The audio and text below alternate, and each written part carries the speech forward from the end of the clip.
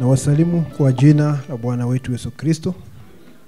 Na tuko hapa kwa sababu ya neno, na pia natuma salamu kwa wale wote walio online ambao tumeungana pamoja kwa minajili ya ushirika. Ningetaka tuweze kuomba. Baba yetu wa mbinguni, kwa jina la Bwana Yesu Kristo, tunakuenzi Bwana, tunasema unastahili. Pokea sifa na shukrani siku ya leo Bwana. Mungu wetu, wewe ni mwingi wa rehema, na ni wewe unatuongoza Bwana maishani, na tunajua mmoja siku hizi Bwana tutakamilika. Na hivyo ni kusema tukikamilika hatutakuwa na sababu ya kuwa hapa tena Bwana. Tutaenda ng'ambo hiyo nyingine ya pazia. Tusaidie kukamilika Bwana, kutumia neno ambalo umefunua kizazi chetu. Ninaomba uimarishe kila mmoja wetu. Baba, chunguza maisha yetu. Chochote ambacho ni kinyume na haki, chochote ambacho ni kinyume na neno lako na mapenzi yako makamilifu, ninaomba utusamehe na utuoshe kwa damu ya Yesu Kristo, ili utuondolee lawama zote.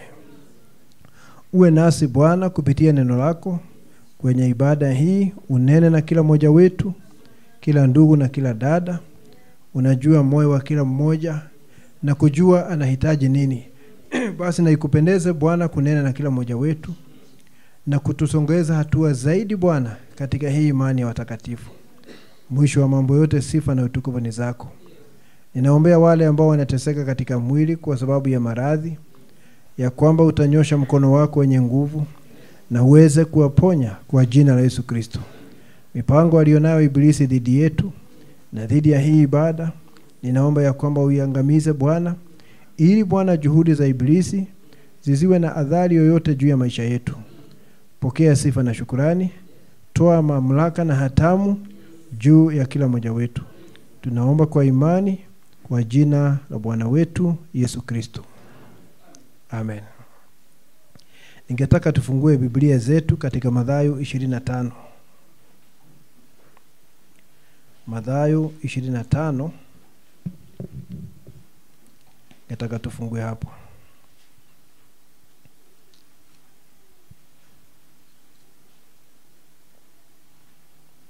Mathayo 25 tutaanza kusoma mstari wa 31. Inahusiana pale, imeongea kuhusu siku ya, ama tuseme hukumu ya mwisho.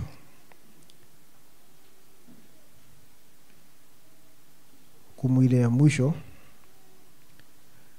Tuanzie 31 tufike 46. Hapo atakapokuja mwana wa Adamu katika utukufu wake na malaika watakatifu wote pamoja naye, ndipo atakapoketi katika kiti cha utukufu wake, na mataifa yote watakusanyika mbele zake, naye atawabagua kama vile mchungaji abaguavyo kondoo na mbuzi. Ataweka kondoo mkono wake wa kuume na mbuzi mkono wake wa kushoto. Kisha mfalme atawaambia wale walioko mkono wake wa kuume, njooni mliobarikiwa na Baba yangu, mridhini ufalme mliowekewa tayari tangu kuumbwa kwa ulimwengu. Kwa maana nalikuwa na njaa mkanilipa chakula, nalikuwa na kiu mkaninywesha, nalikuwa mgeni mkanikaribisha, nalikuwa uchi mkanivika, nalikuwa mgonjwa mkaja kunitazama, nalikuwa kifungoni mkanijia. Ndipo wenye haki watakapomjibu wakisema, Bwana, ni lini tulikuona una njaa tukakulisha, au una kiu tukakunywesha? Tena ni lini tulipokuona mgeni tukakukaribisha, au uchi tukakuvika? Ni lini tena tulipokuona mgonjwa au kifungoni tukakujia? Na mfalme atajibu akiwaambia, amina waambia, kadri mlivyomtendea mmoja wa hao ndugu zangu walio wadogo, mlinitendea mimi. Kisha atawaambia wale walioko mkono wake wa kushoto, ondokeni kwangu mliolaaniwa, mwende katika moto wa milele aliowekewa tayari ibilisi na malaika zake. Kwa maana nalikuwa na njaa msinipe chakula, nalikuwa kiu msininyweshe, nalikuwa mgeni msinikaribishe, nalikuwa uchi msinivike, nalikuwa mgonjwa na kifungoni msije kunitazama. Ndipo hao pia watajibu wakisema, Bwana, ni lini tulipokuona wewe una njaa au una kiu au umgeni au uuchi au umgonjwa au ukifungoni, tusikuhudumie? Naye atawajibu akisema, amin, nawaambia, kadri msivyomtendea mmoja wa hao walio wadogo, hamkunitendea mimi. Na hao watakwenda zao kuingia katika adhabu ya milele, bali wenye haki watakwenda katika uzima wa milele. Na Bwana aongeze baraka. Tunaweza kuketi.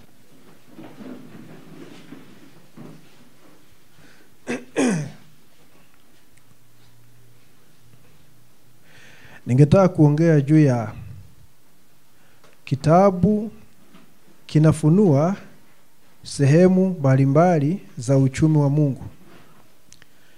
Nikiongea uchumi hapa, juu ya uchumi sisemi kuuza na kununua, kwa sababu kile ambacho tunajua uchumi ni kuuza na kununua. Lakini uchumi pia, neno hilo uchumi linamaanisha mpangilio, organization. Mpangilio na hiyo ni kusema ni ufalme wa Mungu. Kwa hivyo nikiongea juu ya uchumi hapa si mambo ya biashara. Ni mpangilio wa ufalme wa Mungu. Vile ufalme wa Mungu umepangwa, how it is organized. Kwa hivyo kitabu, na hapa kitabu tunajua ni mihuri 7. Mihuri 7 imefunuliwa kizazi chetu. Na hiki kitabu wakati kinafunuliwa, kinafunua sehemu tofauti za uchumi wa Mungu. Sehemu mbalimbali za uchumi wa Mungu. Na tunasema mihuri 7 imefunuliwa kwa sababu siri ya Biblia yote ilikuwa ifunuliwe katika Ufunuo 10. Ufunuo 10 mlango wa 10 mstari wa kwanza mpaka wa 7 ilitimia mwaka wa 63, 1963. Andiko hilo likatimia. Mstari wa 7 unasema, wakati malaika wa 7, tunasema hivyo mara nyingi, na malaika huyo wa 7 sio malaika wa mbinguni, lakini ni mjumbe wa kanisa, wakati ambapo ataanza kupiga baragumu, maana yake kuleta ujumbe wake, siri ya Mungu itajulikana kama alivyoambia watumishi. Ni kusema Mungu alikuwa ameambia watumishi kule awali, watumishi wake manabii. Ni kusema Mungu alikuwa ameambia watumishi wake manabii kule zamani ya kwamba kuna siku ingekuja ya kufunuliwa kwa siri ya Mungu ambayo ilikuwa imefichwa tangu kuwekwa misingi ya ulimwengu. Na unajua wakati Mungu anatimiza neno, anahitaji vyombo vya kutumia. Anahitaji watu ambao anaweza kutumia kuweza kuleta kutimiza unabii. Na hapa Ufunuo 10 mstari wa 7 kuna mwanadamu ambaye madhehebu wamekataa kuamini. Walikubali tu sehemu ya miujiza, lakini sehemu ya kusema ya kwamba ni Elia nabii na ni yeye analeta ufunuo wa neno, hiyo walikataa. Kuonesha hawajui neno. Kwa sababu wakati Mungu analeta miujiza na ishara miongoni mwa watu, haleti kama burudani kufanya watu wafurahie, entertainment. Mungu wakati analeta ishara, kuna kitu anaashiria. Anasema baadaye nitaleta ujumbe, lakini nimetangulia kuleta ishara hapa ili kushika umakini wenu, ili watu wakikaribia na waamke waone kuna kitu kinaendelea, aweze kuleta ujumbe ambao amewakusudia. Na ishara haziokoi mtu yeyote. Hakuna mtu anaweza kuokolewa na upambanuzi wa moyo. Hakuna. Huwezi kuokolewa eti kwa sababu mlemavu umeona akitembea. Hiyo ni ya kuonesha nguvu za Mungu, ili sasa usikie neno baadaye. Ni kama siku ile Petro na Yohana waliamsha yule kiwete wakati wakienda hekaluni kuomba, na watu 5,000 wakaona ule muujiza, wakaja wakazingira pale. Wakistaajabu hiki ni kitu gani? Na Petro akasema, ndugu zangu, msiniangalie kana kwamba sisi na Yohana ni kwa utakatifu wetu huyu mtu amesimama hapa. Lakini akasema amesimama hapa kupitia imani iliyo katika jina la Yesu Kristo. Biblia inasema ya kwamba wakati hawa watu walisikia hayo maneno, waliokolewa watu wengine 5,000. Kano na wale ambao waliokoka 3,000 siku ya Pentecost, baada ya Petro kuhubiri neno, wengine 5,000.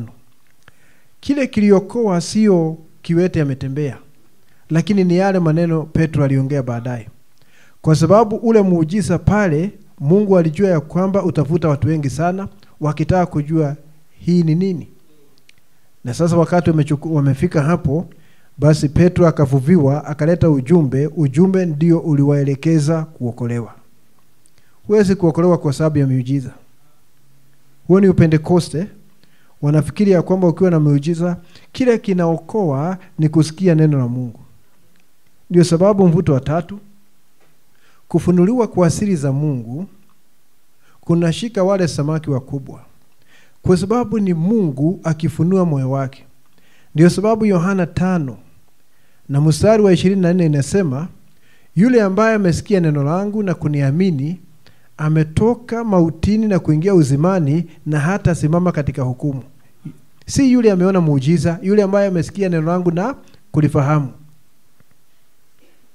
Sijui kama tuko pamoja. Najua muaminio sio sainsika. Najua kuna watu wanaitwa sainsika. Ati yeye anatafuta muujiza tu. Kwa hivyo hata akidanganywa atasema amina tu. Kwa sababu muaminio hatafuti ishara. Muaminio anafuata neno, na kisha maandiko yanasema ishara zitafuata wale wanaamini. Wanaamini nini? Neno kwanza. The word first. Right? Na kisha ishara zinafuata wale wanaamini. Na nabii analeta mfano wa yule mwanamke wa Sarepta. Wakati Elia alimtokea akikusanya kuni ili atengeneze chakula kwa mara ya mwisho, yeye akidhani hivyo, Elia alimwambia, hebu nipikie kwanza. Najua kikawaida binadamu, na hali ikiwa ngumu namna hiyo, na ana mtoto na wanatazama mauti namna hii, ni vigumu sana binadamu kufanya hivyo bila imani. Mtu amekuja na anafanya madai, mimi nataka unipikie kwanza, hata sio wewe ama mtoto. Naona jambo hilo. Nabii anasema wakati huyu mama alitii, ule muujiza ambao unafaa ulifuata imani yake. Muujiza ulikuja baadaye, mafuta kuongezwa na unga, baada yake kutii neno ambalo limekuja kupitia nabii. Muaminio sio sainsika. Muaminio kwanza anatafuta neno la Bwana. Na ukitafuta neno la Bwana, ishara na maajabu zinafuata neno. Ikiwa wewe ni mtu wa kutafuta ishara, utadanganyika haraka sana. Kwa sababu kama ni roho ya kudanganya, utajuaje? Mtu anaweza kuwa na upako juu yake, na ni upako wa Roho Mtakatifu, si pepo. Kwa mfano, mtu akienda aombee mtu na apone, ni unajua si shetani ameponya. Hata kama ni mtu wa madhehebu, ukweli ni kwamba ni Mungu ameponya. Kwa sababu Biblia inasema mimi ni Mungu akuponyaye. Hakuna mahali shetani anaweza kuponya. Kwa hiyo hapo unaangalia sana usitukane Mungu akifanya kazi kupitia chombo ambacho hakitapata uzima. Tuelewe mambo hayo. Alright? Lakini nabii alisema hivi. Alisema kwa sababu watu wanaweza kufanya miujiza kupitia nguvu za Roho Mtakatifu, na wao sio watoto wa Mungu, tutawezaje kuwabaini? Akasema Biblia inasema katika Mathayo, mti unajulikana kwa matunda. Lakini akaenda mbele zaidi akaeleza matunda ni nini. Manake mtu anaweza kuwa si mtoto wa Mungu, anafanya ishara, anafanya miujiza, na huyu mtu ambaye anafanya mambo hayo si mtoto wa Mungu, na ishara ni za kweli, lakini si mteule wa Mungu hata kidogo, na hata atapotea, ataenda katika ziwa la moto. Tutajuaje matunda yake ni gani? Akasema usiangalie ishara, na ishara tunakubali ni za Mungu. Akasema angalia tunda. Na anasema huyu mtu anaweza kuwa anaishi maisha mazuri, hanywi pombe, hatukani watu, hafanyi uzinzi, ni muungwana. Na haya mambo yanaweza kukufanya uone kana kwamba haya ni matunda ya roho katika maisha yake. Na sio kweli, ule ni ungwana. Ule ni ungwana tu wa kibinadamu, ni ustaarabu. Anasema tunajua watu ni akina nani. Nabii anasema Matunda ndiyo haya, tunajua watu ni akina nani kulingana na kile wanafundisha katika msimu huo.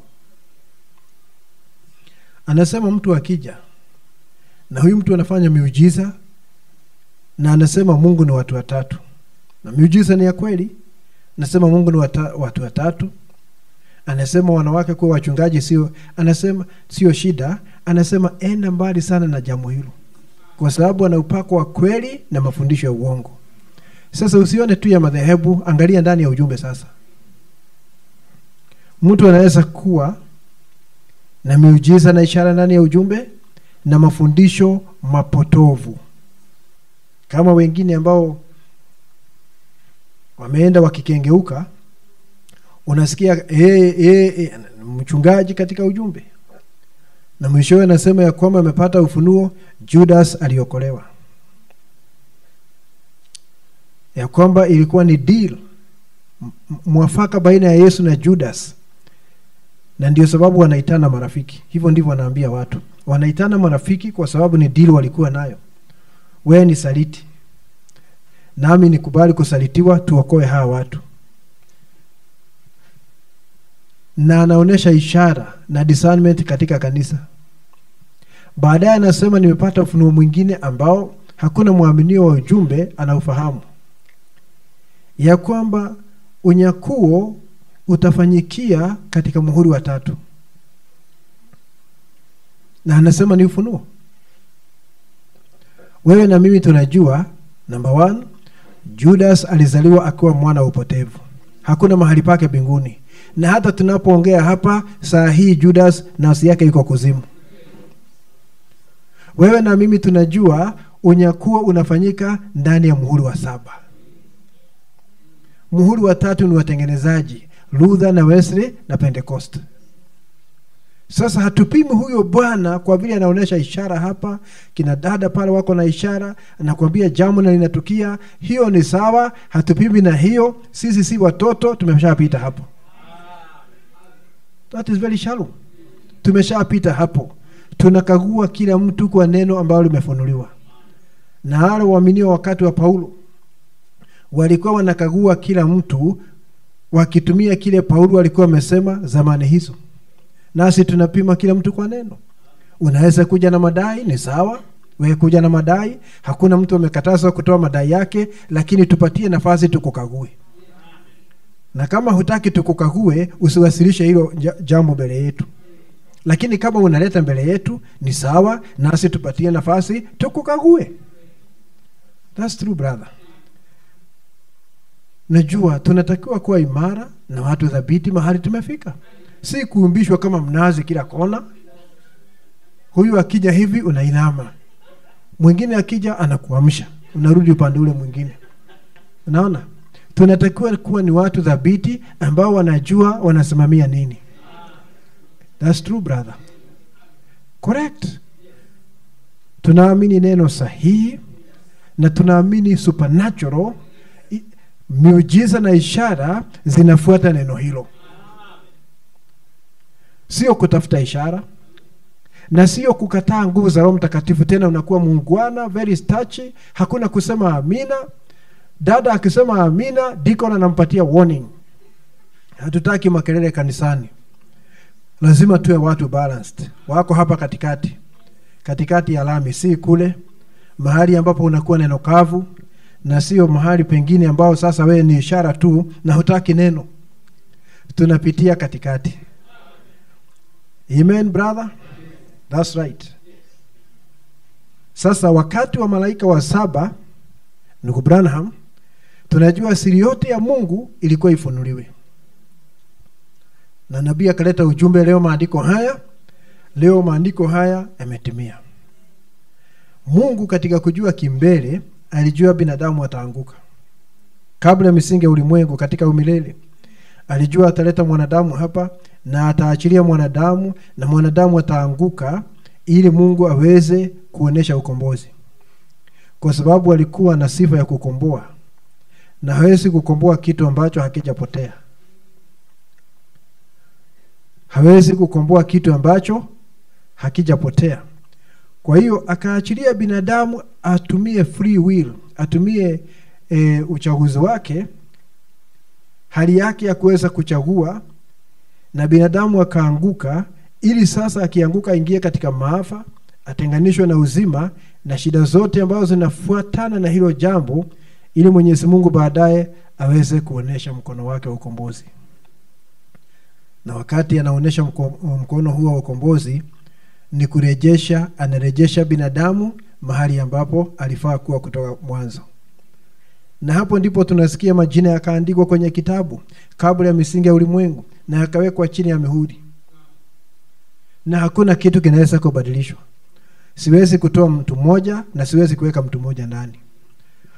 Brother, usijali kama watu hawakupendi. Jambo moja huwa halinisumbui hata kidogo, ni kupingwa na watu. Hilo halinisumbui hata kidogo.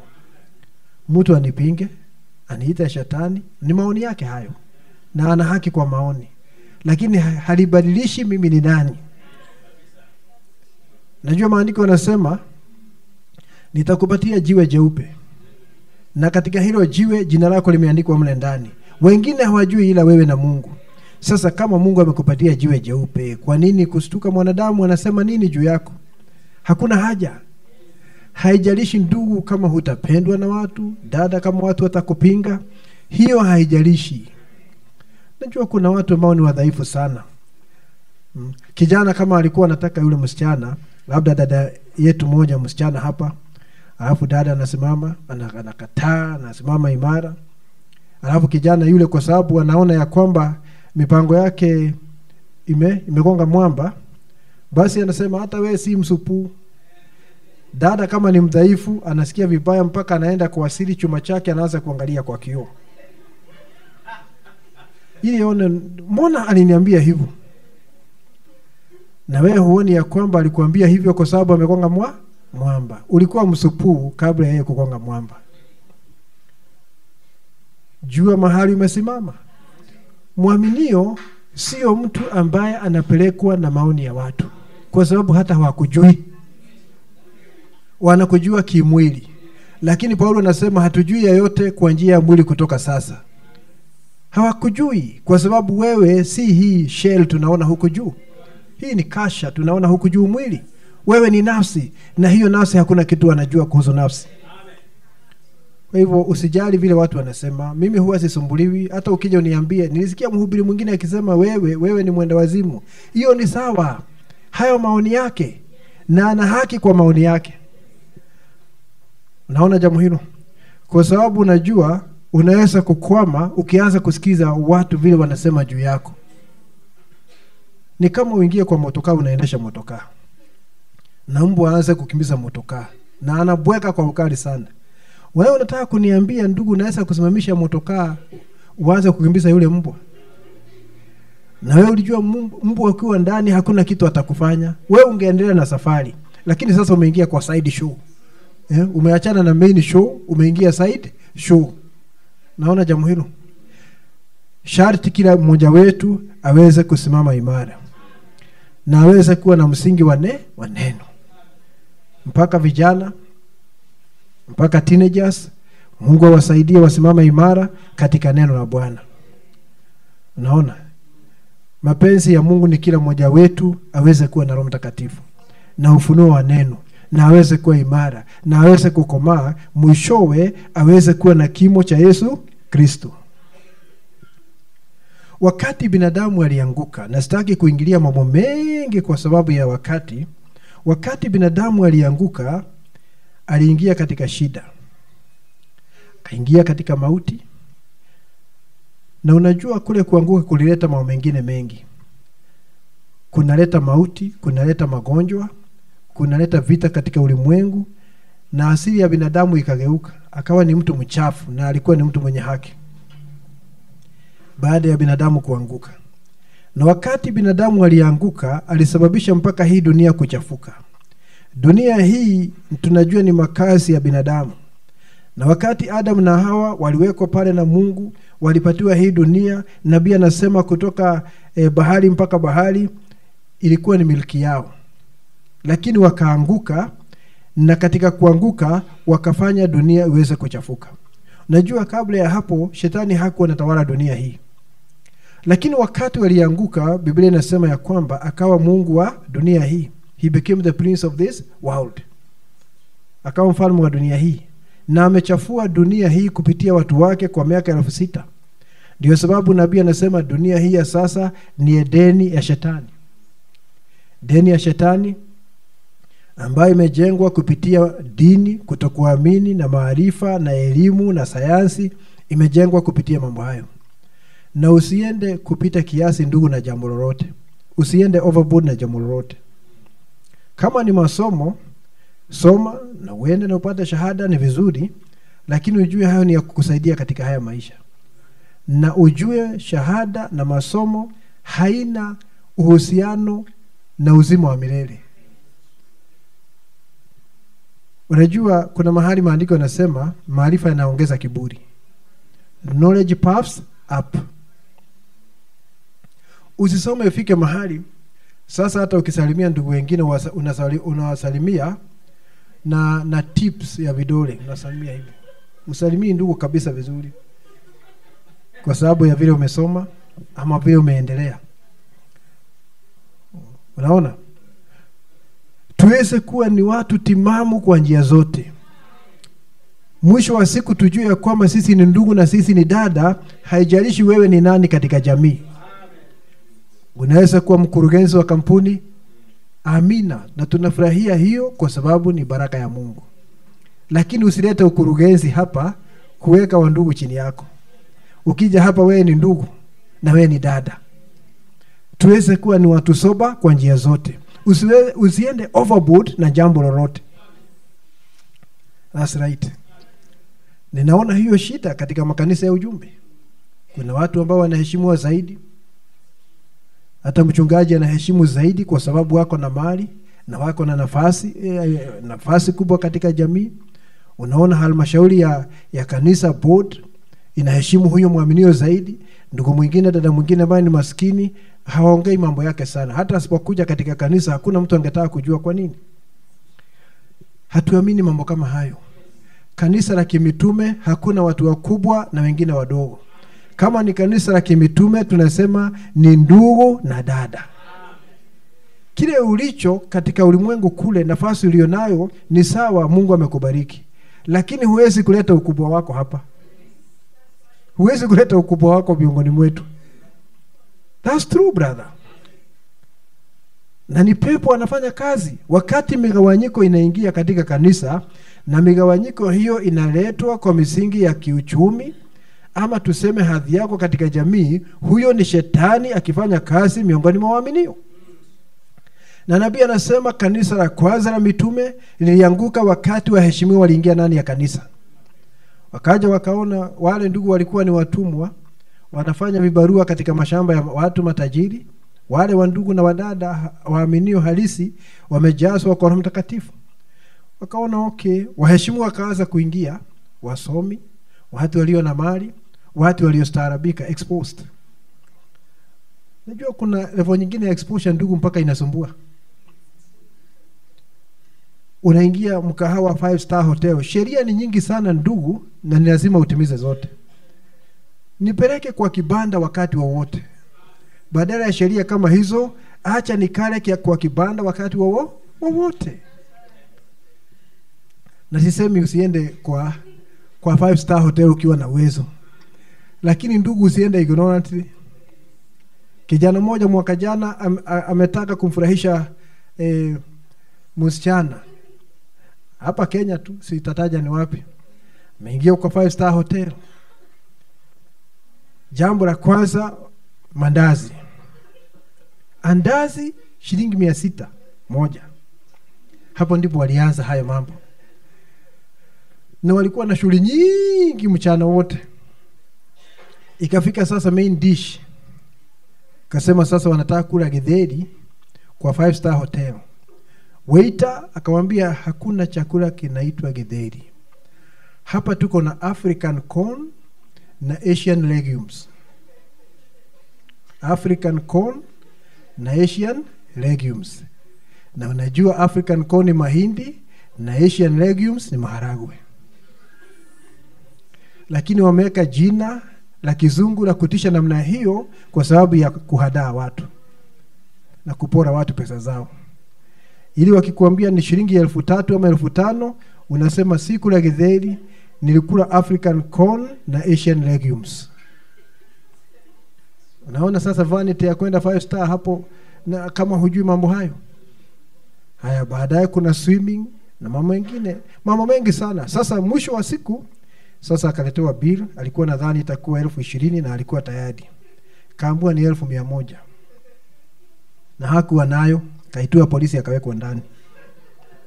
Alikuwa anapiga akiwa kutoka ndani, baba yake aje kuokoa jahazi. Na ulikuwa umeenda pale kufurahisha rafiki wako wa kike. Na inaishia behind bars. Naishia chini nyuma ya chuma kule polisi. Naona. Tusiendee mambo ya ubatili. Na Mungu atusaidie sana. Na hata nyinyi ambao mnaingia courtship, brother, usipeleke dada mahali ambapo in future hutaweza katika siku zijazo. Ishi maisha ya kawaida. Unajua kile cha muhimu sana ni upendo.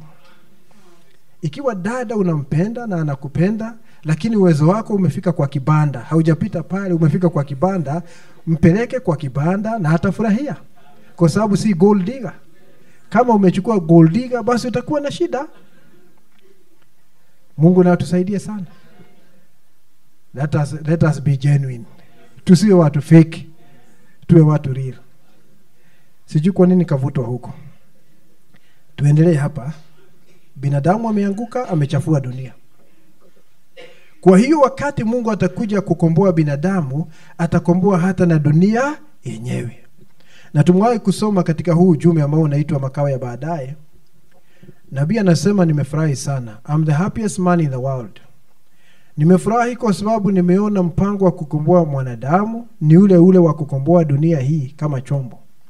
Hii dunia haiwezi kuangamizwa kwa sababu ndugu Branham anasema dunia hii ni wazo la Mungu kama wewe na mimi tulivyo mawazo ya Mungu. Ila tu dunia si mtoto wa Mungu. Ni chombo lakini dunia ni ya umilele. Hii planet, sayari ambayo inaitwa Earth, ni ya umilele. Na hii ndiyo makao yetu ya baadaye. Kwa sababu ni hii Mungu anakarabati, anaisafisha kwa moto wa Roho Mtakatifu iweze kurejeshwa katika urembo wa Eden na tutaishi milele katika hii dunia. Tunajua jambo hilo. Na nabii anasema mpango huu ulianza siku za Nuhu. Nuhu akahubiri. Na baada ya kuhubiri, basi dunia ikabatizwa kwa maji. Ikafunikwa baada ya Nuhu kuhubiri, dunia ikafunikwa kwa maji. Na hiyo ilikuwa ni hatua ya kwanza ya Mungu kukomboa dunia yenyewe kama sayari. Na baada ya miaka 2000, wakati Bwana Yesu alienda pale msalabani, damu yake ikatiririka na ikaingia kwenye mchanga, wala haikuzolewa, iliingia kwenye mchanga. Na hiyo dunia, na kwa njia hiyo dunia ikaingia katika hali ya pili ama hatua ya pili ya kukombolewa, kwa sababu utakaso huwa unafanywa kwa damu ya Yesu Kristo. Sasa dunia kutoka Calvary imekuwa ikipitia utakaso. Nabii anasema hata wakati wa miaka 1000 itakuwa bado inapitia utakaso. Wewe uko hatua moja mbele kuliko dunia. Katika mpango wa ukombozi, wewe uko hatua moja mbele kuliko hii dunia. Na baada ya miaka 1000 kuisha na ufufuo wa jumla na hukumu pale kwenye kiti cha enzi, kiti cheupe, kutakuwa na ziwa la moto kuondoa kila kitu ambacho hakikuteuliwa uzima. Naona?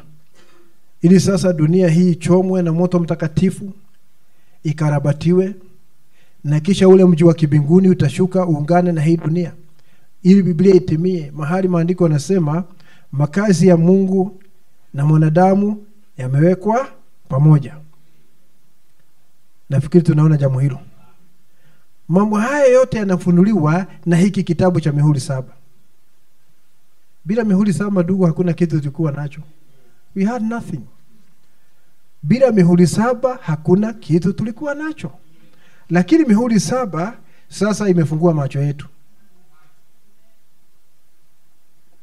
Madhehebu wakati wanashuhudia, wanakutana wawili, Bwana asifiwe, nimeokoka, jioni jema, Yesu ni Bwana, sijachuna matunda katika shamba la shetani. Mambo kama hayo ni ushuhuda. Najua mahali ninatoka na mahali naenda, na ukweli ni kwamba hajui mahali anatoka, na hajui mahali anaenda, na hajui mahali amesimama. Hakuna kitu anajua. Hiyo ni desturi watu walizoea. Ndugu, sister, ili uweze kujua mahali unatoka na mahali unaenda, sharti Mungu akulete kwenye ujumbe wa wakati.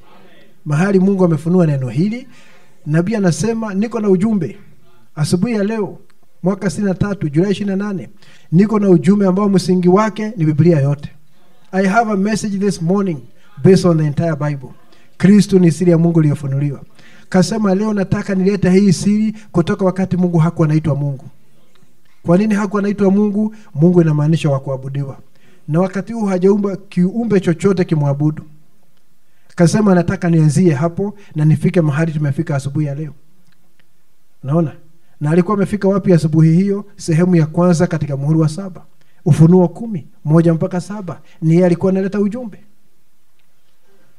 Kama tungeongea sasa, Branham alisema hivi, nataka nilete siri ya Mungu kutoka wakati hakuwa anaitwa Mungu, wakati alikuwa yule anaishi peke yake, self-existent, eternal spirit, mpaka asubuhi ya leo.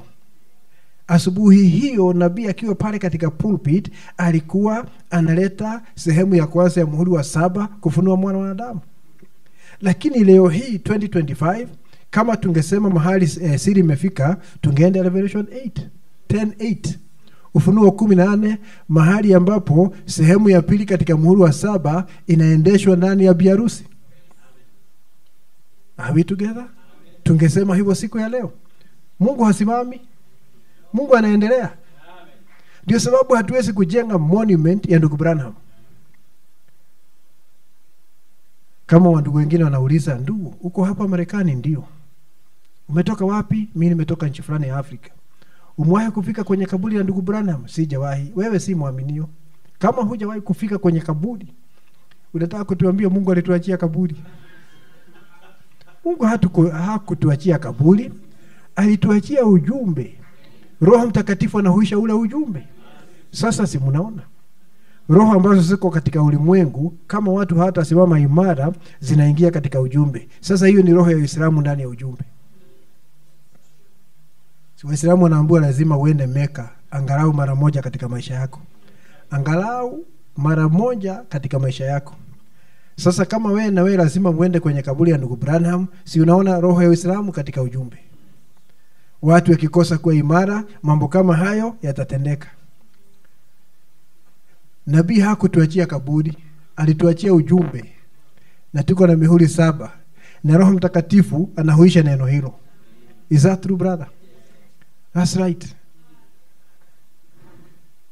Na Mungu aturehemu sana tuweze kusimama imara, kwa sababu ushupavu wa dini ni mwingi sana katika ujumbe. Fanaticism in the message. Na muujiza wa kweli saa hii ni vile unaweza kusimama kama vile Luther alisimama siku yake, licha ya ushupavu wa dini. Na kila mtu ana haki ya kuingia katika internet na aseme yale anataka. Hiyo ni haki ya kila mtu, kwa sababu mtandao ni wazi. Sasa kile unahitajika kuwa nacho ni uweze kuwa na jambo sahihi katika moyo wako. Ukikutana na jambo lolote, ujue hili ni sahihi ama hii ni dosari. Naona jambo hilo. Kwa sababu kuna wahubiri walio na wasiwasi sana, wanaambia watu usisikize huyu, hata internet usisikize. Hakuna haja wasiwasi. Kama wewe unaongoza kusikiza, ndugu, sikiza. Lakini uweze kuwa ni mtu imara, unaweza kuchuja mambo yote. Unaweza kupima kila kitu kwa uzima ulio ndani. That's all. Na Mungu na atusaidie. Kwa hivyo ningetaka kusema hivi, mambo haya yanafunuliwa na hii mihuri 7 ili tuweze kuona sehemu tofauti za uchumi wa Mungu. Mengine unayapata katika ujumbe makao ya baadaye, mengine katika nyakati 7 za kanisa, mengine vitabu vingine, Melkizedeki na wapi. Sasa unajua vile nabii alikuwa anasema ameweka chakula kwenye ghala, ni kazi ya wahudumu kuingia kwenye ghala lile. Yaani kuingia kwenye neno, tuseme hivyo. Kwa sababu hakuna ghala physical, ni neno. Kuingia kwenye neno, kwa uongozi wa Roho Mtakatifu na kuweza kuleta ile picha. Acha nikwambie ndugu, kuna hili jambo limeibuka katika ujumbe ambao linaitwa tape only. Hata sisi tunaamini kanda za ndugu Branham, tunaamini vitabu vya ndugu Branham, tunasoma kila siku. Jana nimesoma message, juzi nilisoma message, hata nikiwa ndani ya matatu nilisoma message. Tunaamini kusoma message na kusikiza. Lakini huwezi kupiga huduma 5 kisuku useme hakuna huduma. Hawa hudumu ndio wameleta utatanishi katika ulimwengu, wacha sasa turudi kwa kanda peke yake. Hatuwezi kufanya hivyo. Hiyo ni kumaanisha hata kanda huamini. Kanda ilisema kuna huduma ngapi? 5. Soma ujumbe kwa mfano ule ambao unaitwa, je, Mungu anabadilisha nia yake juu ya neno lake? Uone kabla ya kuhubiri ujumbe huo, nabii kwanza kuna wahudumu kiasi ambao alikuwa anaweka wakfu. Unataka kuniambia alikuwa anaweka wakfu wacheza kanda? He was ordaining tape players. That is what you want to tell me, brother? Alikuwa anaweka wakfu watu wa kwenda kuhubiri ujumbe katika majimbo yao katika Marekani. Na ni vizuri kuelewa Mungu ameweka huduma katika mwili wake. Najua wakati unakuja unaniambia kila kitu ambacho nabii amesema katika kanda kutoka 47 mpaka 1965 ni thus say the Lord. Unajua pia nabii alikuwa na maoni yake kama mtu. Wewe unasema ni thus says the Lord. Unasema kila kitu ambacho ameweka kwenye kanda ni thus says the Lord. Basi nabii mwaka 60 katika ujumbe ambao unaitwa Wanawali 10 alisema muhuri wa kwanza ukivunjwa farasi mweupe anatokea. Huyo farasi ni Roho Mtakatifu, anadunga upendo katika mioyo ya watu. Unataka tuseme ni thus says the Lord? Baadaye wakati malaika wa Bwana alikuja alimwambia huyo ni shetani, anajifanya Mkristo. Na hata hivyo hakuna mtu anaweza kurekebisha nabii. Anaweza tu kurekebishwa na Mungu. Hakuna mtu anaweza kurekebisha nabii, anaweza kurekebishwa na Mungu. Lakini hizi zote ni kanda. Na wewe unasema kila neno ni ngurumo na kila neno ni hivi yasema Bwana. Sasa tutafanya nini na mambo hayo? Ndio sababu tunahitaji walimu ili ya kuoneshe hapa kona ilipigwa. Nabii hapa alienda hatua nyingine zaidi. Unaona? Tunahitaji huduma kwa sababu ya kukuonesha mambo hayo.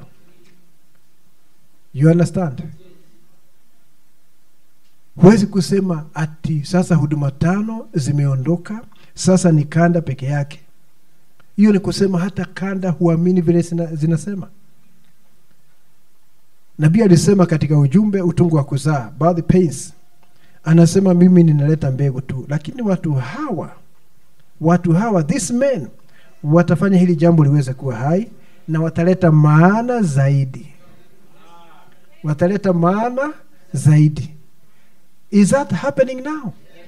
Yes. So lazima tusimama imara saa hii.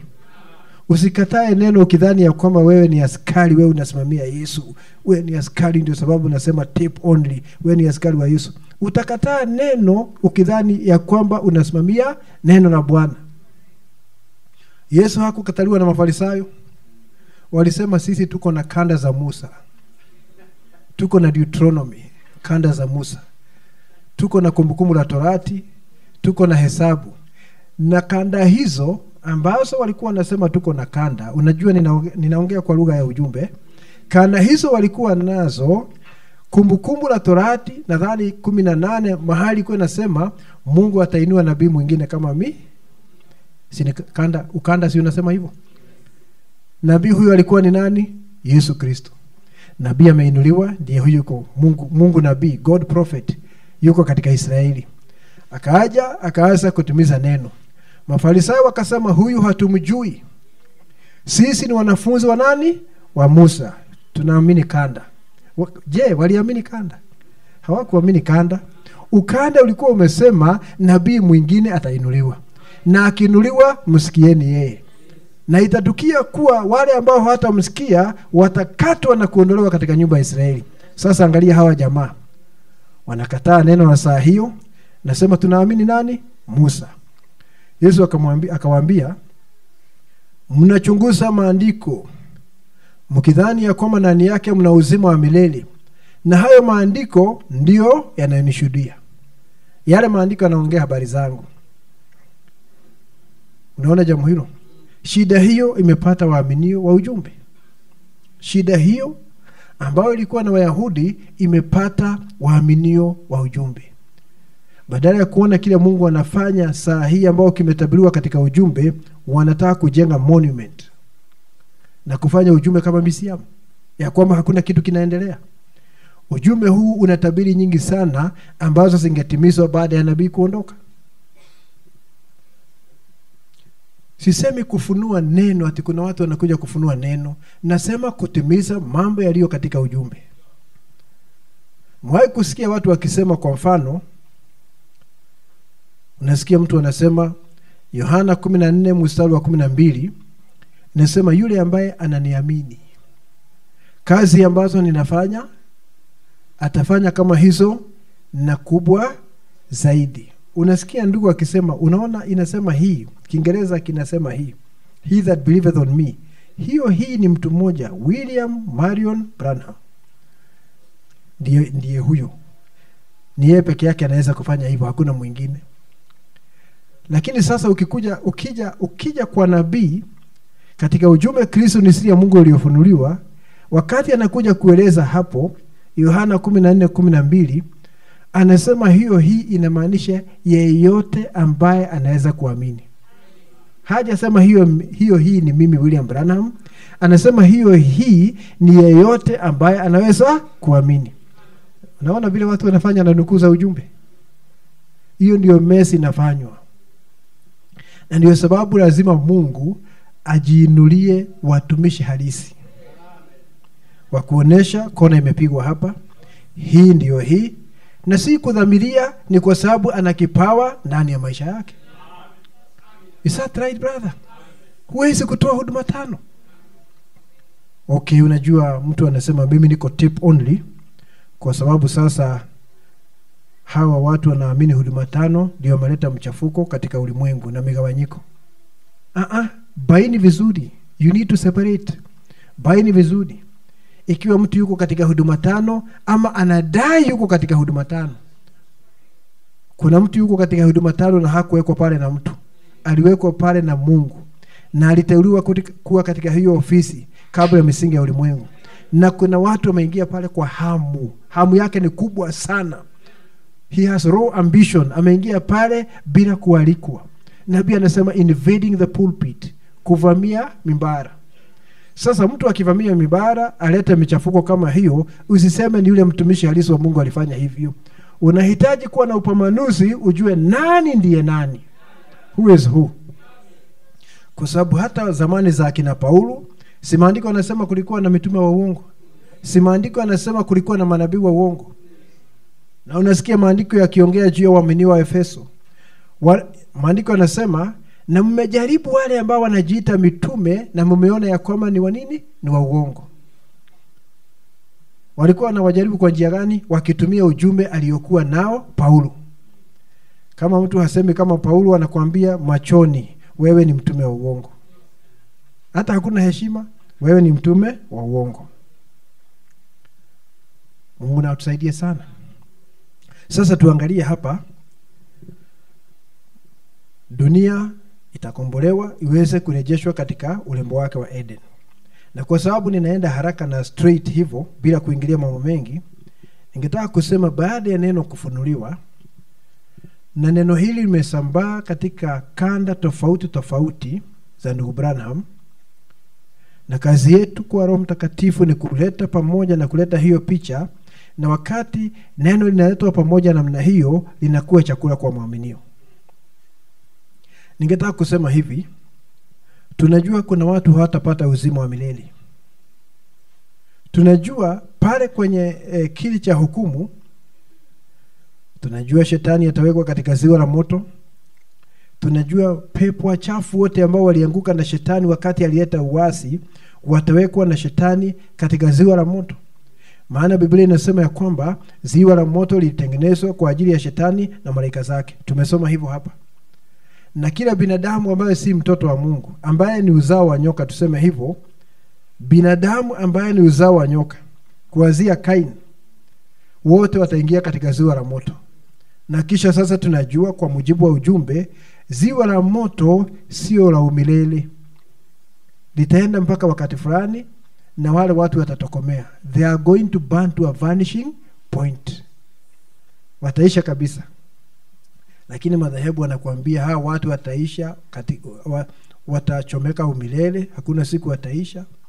Ni waje wakae hapo ili wakati wanachomeka wawe wanakumbushwa dhambi zao. Nabii anasema it does not make sense. Hilo jambo halina busara kusema hivyo. Kwa sababu ikiwa hataisha inamaanisha ili asiishe ana uzima wa milele. Ndio sababu anaishi eternally, ingawa anaungua lakini unaona anaishi umilele daima. Anasema huyo mtu kama hataisha unasema ana uzima wa milele. Hana uzima wa milele. Ataenda mpaka wakati fulani atokomee. Na wakati unasoma Biblia ikisema ya kwamba wakiwekwa katika ziwa la moto watakuwa na fungu lao. They will have their part. Biblia inasema hivyo They will have their part in the lake of fire. Nabii amerekebisha. Anasema wale watu walifanya translation walifanya kosa. Haitakiwi kuwa part, haitakiwi kuwa fungu, inatakiwa kuwa time. They will have their time in the lake of fire. Watakuwa na wakati wao katika ziwa la moto kwa sababu watafika mwisho. Tuweze kuelewa jambo hilo. Kuna watu wengi mnajuana, hutawahi kuona ngambo ile. Baada ya kiti cheupe tuone sasa akina nani wamesalia. Kuna wengi ambao unajua hutawaona huko. Na hutakuwa na huzuni ya kwamba huwaoni. Hutakuwa na huzuni ya kwamba huwaoni. Utafurahi sana usema Mungu ni mwenye haki. Mungu ni mwenye haki. Unajua saa hiyo unaweza kupata huzuni ukisikia hayo kwa sababu ya mwili huu haujakombolewa. Kuna feelings, hisia za kibinadamu. Lakini ngambo ile nyingine kila kitu Mungu akifanya tunaona ni perfect. Kikamilifu. Kwa hivyo kuna watu wataangamia kabisa. Wengine hata marafiki zako pia. Urafiki hauwezi kuleta mtu katika ufalme. Unaona jambo hilo? Lazima ahusiane na ule mti wa uzima. Kama hana uhusiano na mtu wa uzima ataangamia. Sasa wale ambao watasalia, ningetaka kusema hivi kwa njia ya ujumla tu, kwa sababu mihuri 7 imefunuliwa na tunajua mambo haya sasa, sio kwa sababu ya juhudi zetu lakini kwa sababu ya rehema za Mungu. Kama ninaweza kuongea kijumla, wale watu ambao watasalia kuonesha walikuwa ndani ya Mungu kabla ya misingi ya ulimwengu. Baada ya shetani kuondolewa na watu waovu na pepo wachafu kuondolewa, wale watu wanasalia hapa na mihuri 7 inafunua mambo haya. Ningetaka kusema kwa ujumla ni makundi mawili ya watu. Kwa ujumla. Hiyo nimesema kwa ujumla kwa sababu chini ya kila kundi kuna watu, kuna vikundi. Kuna watu ambao wanaitwa wateule wa Mungu. Wateule wa Mungu. Wengine wako katika agano la kale na wengine wako katika agano jipya. Kama umeangalia mahali tumesoma leo hii asubuhi katika Mathayo 25, unaweza kuona watu hao wote ninaongea juu yao wameorodheshwa hapo. Kwanza kabisa inasema kuna watu watapata uzima kwa sababu walisaidia ndugu zake Yesu Kristo. Na wanauliza ni siku gani? Kwa sababu hakuona Yesu akija na ukuu wake ili wampatie maji ya kunywa. Anaoneshwa huyu dada. Unaona wakati ulisaidia huyu na mimi ulisaidia.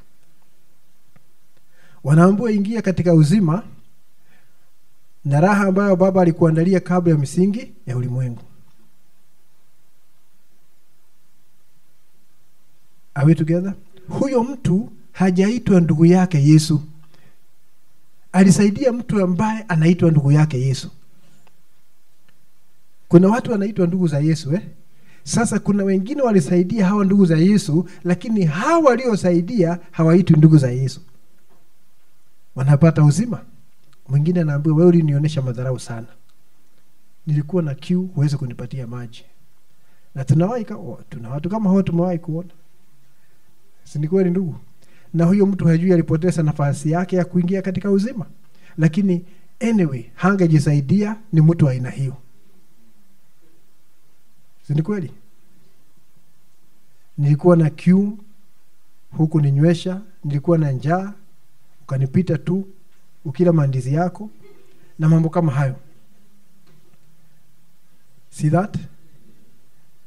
Sasa anaulizwa ni wakati gani? Wakati ulifanyia huyu ndugu hivyo. Ingia katika ziwa la moto. Nafikiri unaona pale kuna watu makundi matatu. Kuna wale walisaidia ndugu zake Yesu, na wanaingia katika dunia ambayo imekombolewa kwa moto wa Roho Mtakatifu. Na kuna wale ambao waliwatendea mabaya, wanaingia katika ziwa la moto. Na kuna hawa wanaitwa ndugu zake, ambao wakati huu wa hukumu, wao hawasimami katika hukumu, wanaketi pamoja na Yesu katika kila kiti. Nabii anasema katika ujumbe mmoja, na hii hukumu hasa kwa wale ambao watachomwa katika ziwa la moto itakuwa ikiendeshwa kwa njia gani? Anasema wewe ukiwa mwaminio, wewe ndiwe prosecutor. Najua prosecutor ni yule wakili wa serikali ambaye anasoma mashtaka pale, anakushtaki pale mahakamani. Wewe utakuwa prosecutor. Yule mtu anaitwa anasimama pale, unaitwa kuja hapa Victor. Yule mtu ulimwambia nini?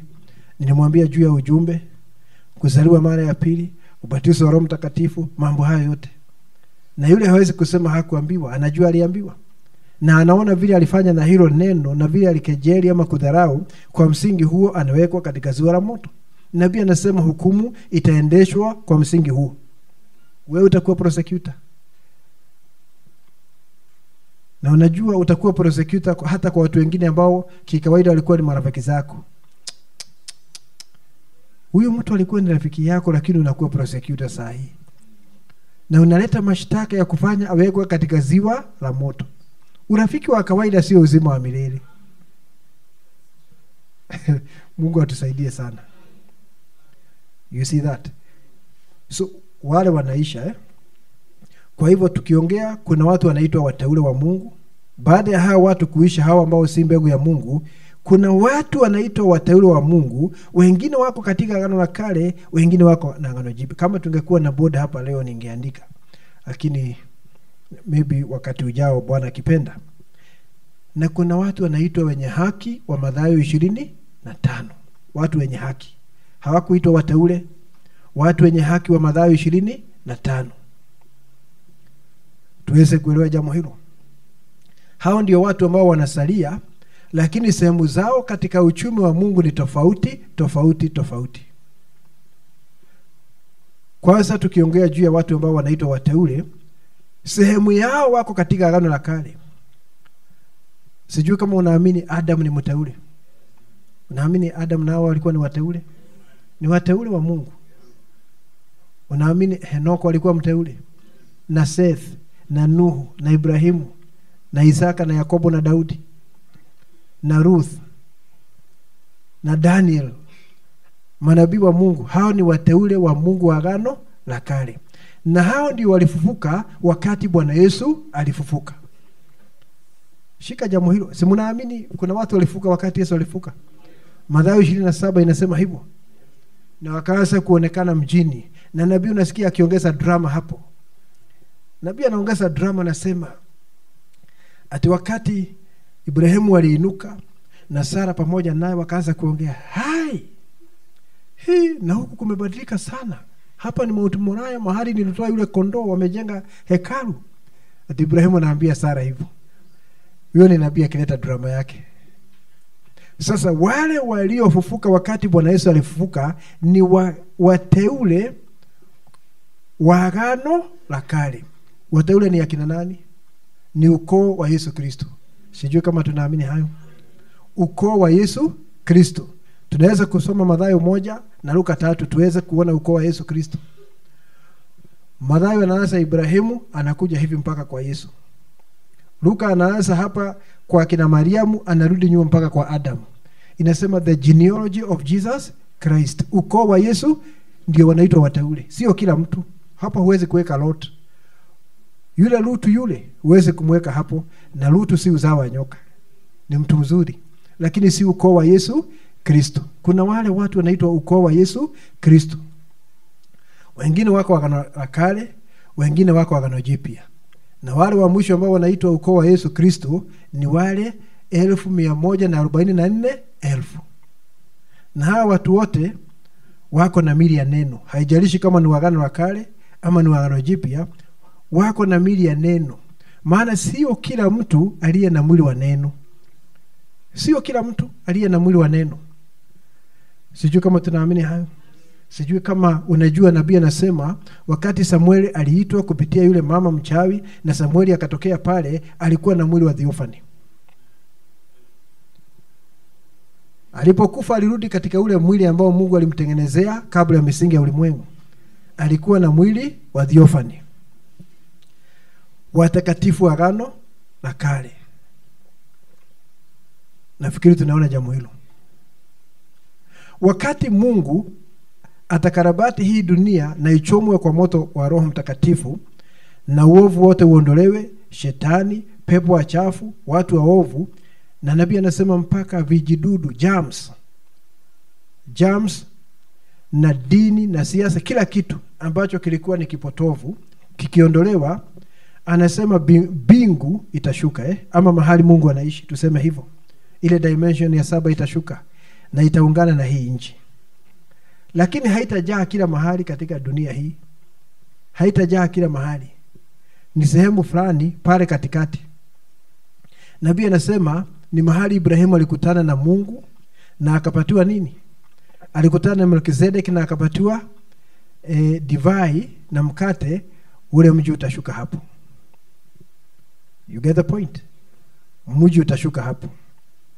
Na kuna watu ambao wanaishi katika ule mji na wengine nje ya mji, kulingana na wao ni akina nani. Uzao wa nyoka hakuna nafasi popote. Ndio sababu Biblia inasema watakuwa na wakati wao katika ziwa la moto. Sio mahali pao, wakati wao katika ziwa la moto, na kisha wanatoweka. Sasa ule mji unashuka, unaungana na hii dunia, lakini hautajaa dunia yote. Ni pale tu katikati. Na kuna watu wanaishi pale ndani na wengine wanaishi kule nje. Na wote ni watu wa Mungu, Lakini uchumi huu wa Mungu ni watu mbalimbali. Na haya yote yamefunuliwa na neno katika majira haya. Sasa hapa sikia. Ndani ya ule mji kuna wateule wote wa Mungu wako ndani. Watakatifu wa Agano la Kale wako ndani ya mji. Sijui kama unaamini hayo. Ndio sababu Ibrahimu alikuwa anatafuta mji ambao mwenye kuubuni na kujenga ni Mungu. Hawezi kutafuta kitu ambacho yeye si sehemu yake. Ibrahimu alikuwa anatafuta mji na akakutana na mfalme wa mji ule, Melkizedek. Unaona? Alikutana na mfalme wa mji ule ambaye ni Melkizedek. Ibrahimu na manabii wote, nabii anasema katika ujumbe, roho ambayo ilikuwa ndani ya manabii ilikuwa imeungana na ule mji. Anasema the spirit in the prophets was connected to the city. Je, kama tunaamini hayo? Number 2, kuna wengine watakuwa ndani ya ule mji na hasa unaweza kusema hao ndio mji. Biharusi wa Yesu Kristo, ambaye anatengenezwa kupitia nyakati 7 za kanisa. Hiyo ni kuanzia siku ya Pentecost, wale walizaliwa mara ya pili, na kizazi cha Efeso na Smyrna, vizazi vyote mpaka siku ya leo angali anajaza kwa Roho Mtakatifu.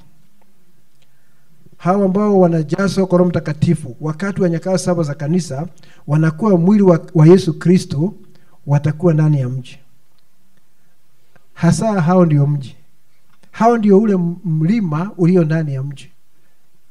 Hao ndio Pyramid City ndani ya ule mji. Na kisha wale wengine ambao watakuwa ndani ni wale Wayahudi wataokolewa 1144 baada ya rapture. Unyakuo ukifanyika, wale Wayahudi wataokolewa, wako ndani ya mji. Lakini kila mtu ana mahali pake. Kila mtu ana mahali pake.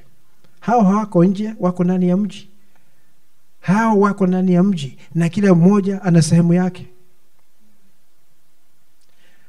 Watakatifu wa Agano la Kale sio biharusi. Ni marafiki wa bwana harusi. Ni kama tu vile wewe ukioa ndugu, si unaita rafiki zako kwenye ile hafla. Si ni kweli? Unajua wakati unatuma kadi, kama ni ndugu anatuma kadi kualikana, unajua si biharusi wako unatumia kadi. Wewe na yeye ndiye mnaunganishwa. Hii kadi mnatumia, marafiki wanakuja pale. Na wale watakatifu wa Agano la Kale ni marafiki wa bwana harusi. Biharusi ni wale ambao wanazaliwa mara ya pili kupitia nyakao 7 za kanisa. Huyo ndiye mke wa mwanakondoo. Hata kuna mahali nabii anasema tofauti yako na Ibrahimu, Ibrahimu ni mteule kama wewe, lakini anasema hivi katika muhuri wa 7, tofauti yako na Ibrahimu ni kwamba wewe ni mtoto, wewe ni mwana na Ibrahimu ni mtumishi. Nabii anasema hivyo katika ujumbe. Ibrahimu si sehemu ya biharusi. Ni marafiki wa bwana harusi na ni wateule wa Mungu, wanaishi ndani ya mji. Na wako na mili ya theophany. Na mili yao inatukuzwa pia. Are we together? Biharusi anapatikana wakati wa Agano Jipya. Biharusi anazaliwa mara ya pili. Biharusi ana mwili wa theophany. Na biharusi mwili wake utatukuzwa. Lakini sikumbuka vile nilikwambia juzi, nilikuambia tofauti kubwa sana ya binadamu haiko katika mwili, iko katika nafsi. Si ni kweli? Yakobo na Esau walifanana katika mwili, mapacha, lakini nafsi, mmoja ni mtoto wa Mungu, mwingine ni wa shetani. Hata na wateule wenyewe kuna subdivisions miongoni mwa wateule. Kwa nini Ibrahimu na akina Sara na akina Rebeka wasiwe biharusi na ni wateule wa Mungu? Na nikakwambia tofauti ya binadamu si Roho Mtakatifu. Roho ni moja. Roho ambaye yuko ndani yangu hapa ndiye yuko ndani yako sister. Hakuna tofauti. Tofauti ya watu ni katika nafsi. Hapo ndio kila mtu ana DNA yake. Si ni kweli? Ndio sababu nabii anasema God is a God of variety. Mungu ana mapambo tofauti tofauti. Anasema kuna watu ambao ni wahubiri moto kama Petro, mwingine ni mtume kama Andrea, lakini mara nyingi sana si kuhubiri, mara nyingi ni kuomba. Kila mtu ana umbile lake, ana nature yake. Kwa hivyo ili mtu aweze kuwa biharusi, kuna jambo zaidi, ni nafsi. Nafsi yake aliteuliwa akiwa biharusi kutoka misingi ya ulimwengu. Na hao wanapatikana katika Agano Jipya. Kutoka siku ya Pentecost mpaka ndani ya huu ujumbe. Yule wa mwisho ambaye atazaliwa mara ya pili katika huu ujumbe atakamilisha biharusi. Na huyo ndiye anatawala pamoja na Yesu. Na yeye ni mrithi pamoja na Yesu. Si maandiko yanasema hivyo? Maandiko yanasema ya kwamba ninyi ni warithi wa Mungu na ni warithi pamoja na Yesu. Joint heirs. Unasema mimi ndio pamoja na udhaifu wako. Mungu anakujua kuliko vile wewe unajifahamu. Si unaona Mungu alikuwa anajua Gideon kuliko vile Gideon alikuwa anajifahamu. Gideon alikuwa amejaa misery. Unajua shida nyingi sana mpaka ya kimawazo. Mpaka kufikiria kwake alikuwa maskini mpaka wa mawazo. Lakini kuna kitu kimezikwa ndani yake cha dhamani sana na hana habari. Na Mungu wakati anakuja kuongea na Gideon hakuwa anaongea na mwili, alikuwa anaongea na kile kitu. Mighty man of valor. Lakini Gideon anaangalia huko. Mungu anajua ni nini kilicho ndani yako ndugu na dada. Na ni lazima ukubaliane na Mungu. Akisema wewe ni sehemu ya biharusi, akisema wewe ni kanisa ambalo halina dhambi, unasema amina. Tusiwe kama wale wapelelezi 10. Mungu anasema nimewapa nchi, wanasema sisi ni kama panzi. Na Mungu hakuwaita panzi mahali popote. Nabii anasema confession ama kuungama ni kusema vile Mungu amesema. Ikiwa Mungu anasema wewe ni biharusi na hana mawaa, usiseme unajua mimi ni bure na mimi ni mtu wa madhehebu ati kuonesha kunyenyekea. Hiyo sio kunyenyekea. Hapo unapinga neno. Sema vile neno limesema. Kama neno linasema wewe ni mwana wa Mungu, binti wa Mungu, kwa sababu unapata ufunuo wa neno hili na ufahamu wa kiroho, unasema vile Mungu amesema. That's true, brother. Tusiende kinyume na vile Mungu anasema. Kwa sababu madhumuni ya ujumbe huu ni kufanya kila mmoja ajue nafasi yake na aingie katika nafasi yake. Hayo ndio madhumuni ya ujumbe. Uingie katika nafasi yako. Wale wengine ambao watakuwa katika ule mji, na neno limefunua hapa, ni wale 144,000 Wayahudi ambao hivi karibuni, Waisraeli ambao hivi karibuni wataokolewa. Na Biblia inasema wataamini ujumbe huu. Wataamini huu ujumbe tunaamini, na watabatizwa kwenye maji na kujazwa kwa Roho Mtakatifu, na hawafanyiki biharusi. Na wamejazwa kwa Roho Mtakatifu. Kwa sababu zaidi ya Roho Mtakatifu kuna DNA ya watu. Biharusi kuna vile alivyo katika moyo.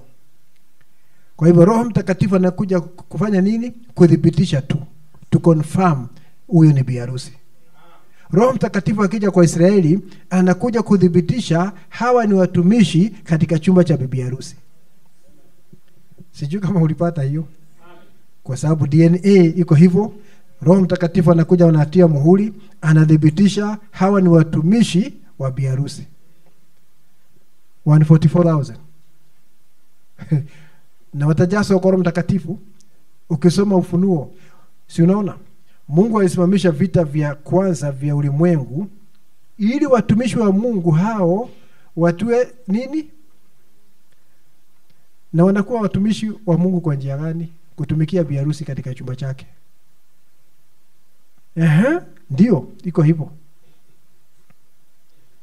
Si unaona wale wengine wanapatiwa uzima kule, inasemekana walisaidia Yesu. Ai, siku gani na mimi siku kuona na ukoo wako ukija nikupatie maji wakati ulisaidia huyu ndugu. You get the point? Na hao wanaitwa watumishi wa Mungu. Simamisha vita mpaka tutie watumishi wa Mungu nini? Muhuri wa Mungu. Watumishi hao ni Israeli, wanatumikia Mungu katika kutumika katika chumba cha biharusi. You get the point? Watu hao wote, makundi hayo matatu nimetaja, wanaitwa wateule wa Mungu na wako ndani ya mji. Urithi wao ni ndani ya mji. Na kuna wale wanaitwa na ule mji utakuwa duniani katikati. Mahali Ibrahimu alikutana na Melkizedek na akapatiwa divai na mkate. Nabii anasema mji utashuka hapo. Si maandiko anasema alikuwa anatafuta mji. Is that true? Ni nini aliona? Ni mfalme wa mji ule. Na mfalme alikutana na Ibrahimu, mahali mji utashuka. Get the point? Mahali mji utashuka. You see?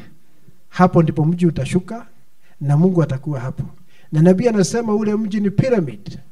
Si straight walls, ni pyramid. Na anasema pale juu ni mwana-kondoo. Na juu ya mwana-kondoo ni nuru ya umilele, ile inaitwa Mungu Baba. Ndio sababu maandiko anasema na si kuona hekalu kule, kwa sababu Mungu na mwana-kondoo ndio hekalu. Kwa hivyo Mungu na mwana-kondoo ni nani? Ni vile huu tunasema hapa kila wakati. Logos alitoka katika kifua cha Baba, roho wa umilele. Na Logos si kiumbe, ni Mungu akijionyesha kwa watu. Na mwishowe akajivika mwili, na ndiye huyu mwana-kondoo. Lakini mahali alitoka ile chemichemi haikuisha.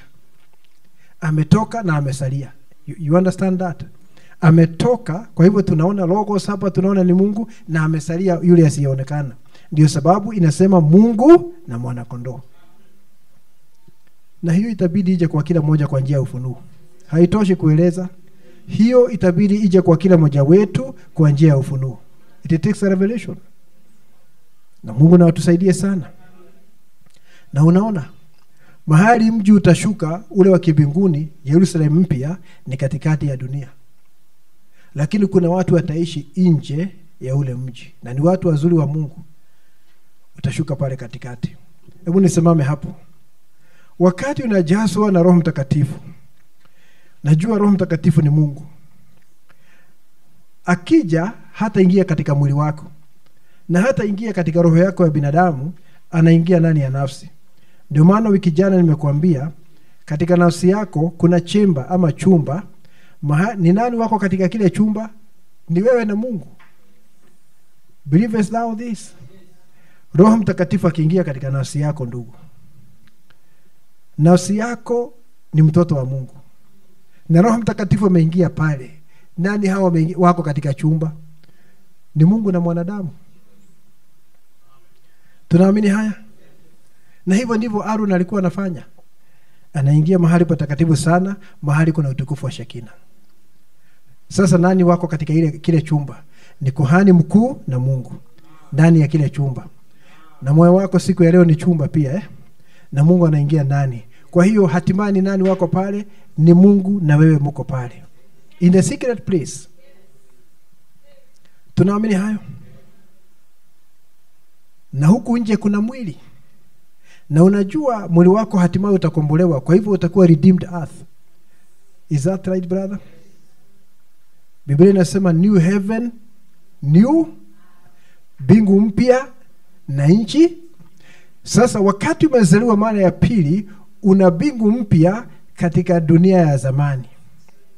Nabii anasema unakuwa kiumbe kipya, lakini katika hekalu la zamani. Kusema mwili wako haujabadilishwa, lakini mwishoni mwa dahari mwili wako utageuzwa uweze kuwa mwili wa utukufu, ili uweze kuwa na bingu mpya na nchi mpya. Na katika hiyo bingu mpya na nchi mpya, Mungu anaishi pale katikati. Kwa sababu Mungu ni Roho Mtakatifu, anaishi pale katikati katika nafsi yako. Amen, brother. Na si unaona dunia iko hivyo? Pale katikati ni Mungu na watu wake wateule, na kuna ile sehemu ya nje. Mwili huu wa nje hauna dhamani kama nafsi. Ni kweli? Mwili huu hata ukikombolewa uwe wa utukufu, hautakuwa na dhamani kama nafsi. Kwa sababu mwili utasalia kuwa ni nini? Ni vazi. Mwenye vazi ni nani? Ni nafsi. Is it true? Mwenye vazi ni nafsi. So wale watu ambao wanapata uzima katika ufufuo wa pili ni kama dhamani ya nguo, tuseme hivyo.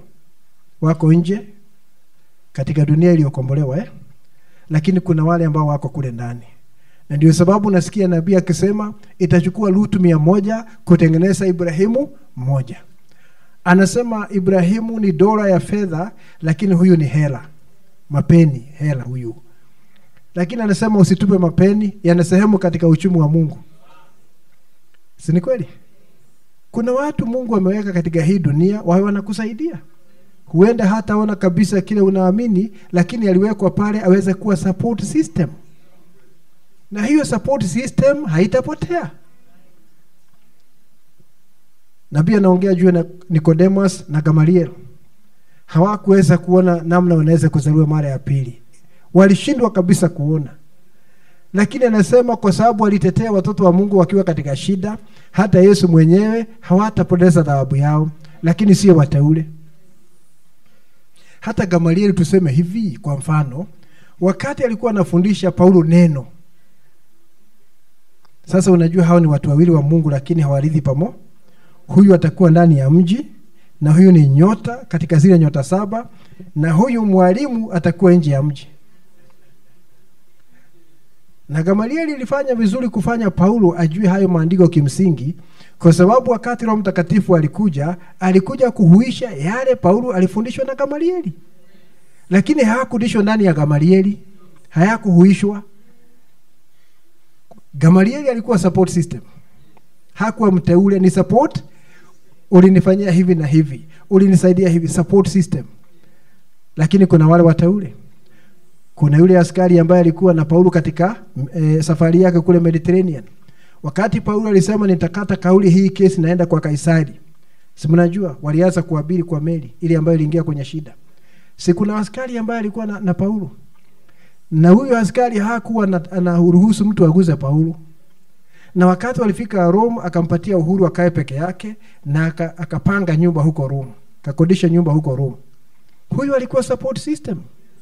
Huyo bwana atakuwa ngambo ile nyingine. That's true, brother. Kwa sababu haya lakini angalia, hawa watu ambao ni support system hawana uhusiano wa ule mtu wa uzima mmoja kwa moja. Get the point? wao hawahusiana na ule mtu wa uzima moja kwa moja, lakini wanahusiana na mtu ambaye ana uhusiano wa moja kwa moja ambao ni wewe na mimi. Na ndio sababu unasikia nabii akisema siku ya leo hapa duniani biharusi amefanyika damu ya Yesu Kristo. Hakuna watu wanaweza kuokolewa saa hii katika watu wa mataifa nje ya biharusi. Kwa nini? Amefanyika ile damu. Sasa wewe kama unataka uhusiano na hii damu, sharti uje kwa hawa watu. Hiyo ni kujitakia makuu?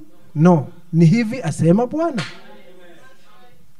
Sasa wale watu naona wanapata uzima kwa sababu ya uhusiano wao na wateule. Wateule ndio wako na connection ya moja kwa moja na mtu wa uzima. Nao hao wanakuja secondarily. Wanashika hawa koti ili wapate favor ya Mungu, kwa sababu hao ndio wanaenda kwa mtu moja kwa moja. Is that right, brother? Yes. Hata wakati nabii alikuwa porini ameenda pale na molasses na asali, kuna dubu ambaye alienda pale akaanza kula. Wengine dubu hawakufika pale. Lakini huyu alipoendea wale walianza kumramba. Yeye ndiye alikuwa na uhusiano na ile molasses moja kwa moja.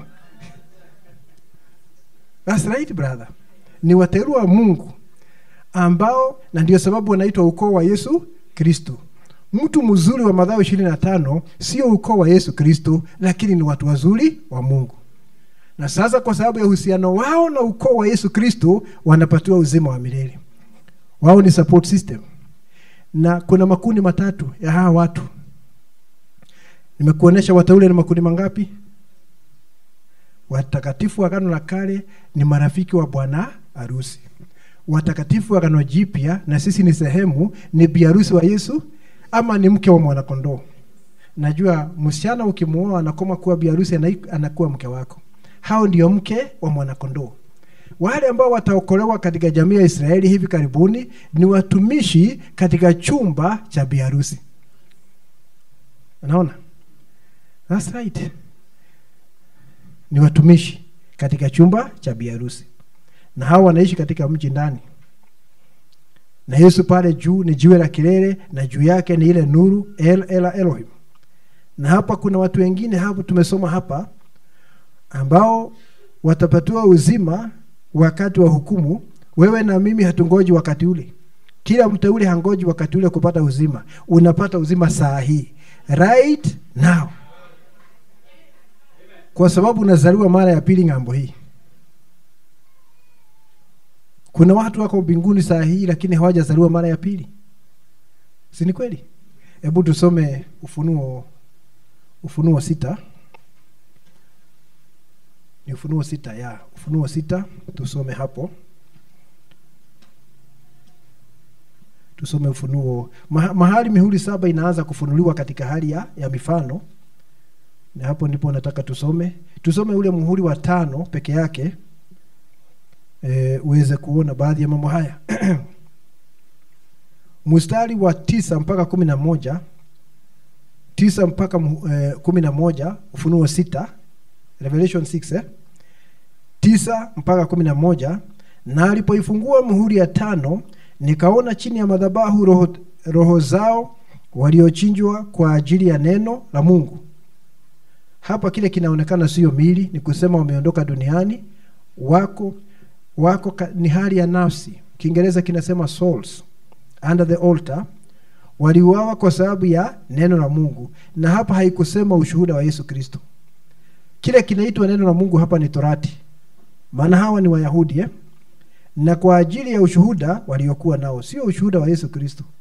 Ushuhuda waliokuwa nao, wakalia kwa sauti kuu wakisema, Mola mtakatifu mwenye kweli, hata lini kutokuhukumu wala kuipatia haki damu yetu kwa hawa wakao juu ya nchi? Ile sababu nabii kabla ya mihuri 7 alikuwa anasema hawa ni wafia imani wa Kristo ambao waliuawa na Katoliki kupitia miaka. Alikuwa anasema hivyo. Mihuri 7 ilipofunuliwa akasema ni kinyume na vile nilikuwa nafikiria. Kwa sababu anaonyesha hawa watu ni nini wanajua Torati, na ndio sababu wanataka kisasi. Unaona? Revenge. Wanataka kisasi Unajua chini ya sheria ilikuwa inasemekana ukikata mtu mkono na wako fanya nini? Ukatwe. Uking'oa mtu jino na lako ling'olewe. Sasa hiyo ndio wanajua, hawajui kingine. Na wakati nabii alikuwa anaona maono yale ya mihuri 7 katika chumba chake kwa siku 8, ni maono alikuwa anaona, anaandika pale haraka sana.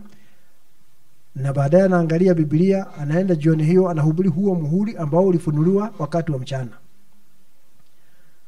Mungu anamuonesha hapa ono linakuwa split screen, unaona kama television Si kuna wakati unaona wanakata mara mbili. Naona machafuko pale, maandamano yanaendelea pale na mtu yuko studio hapa ndiye anaeleza juu ya maandamano.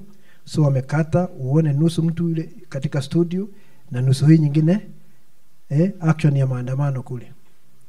Na Mungu anafanya hivyo na maono. Kwa sababu maono ni fourth dimension. Fourth dimension ilikuwa hata kabla ya binadamu kuleta TV. Kwa hiyo nabii wakati anaona mihuri 7, ono linakuwa kama ni screen ambayo imegawanywa mara mbili. Anaona hawa watu wa muhuri wa 5 wanataka kisasi, na anaona hapa Stefano. Hawa watu wanataka wale watu waliwaua nawe wauawe. Stefano yuko hapa anapigwa mawe yuafa na hana hatia, anasema Baba warehemu. Anaonesha, si unaona tofauti? Hawa si wa Kristo, wako chini ya sheria. Kama wangekuwa wa Kristo wangefanya kama Stefano. Unaombea mpaka mtesi.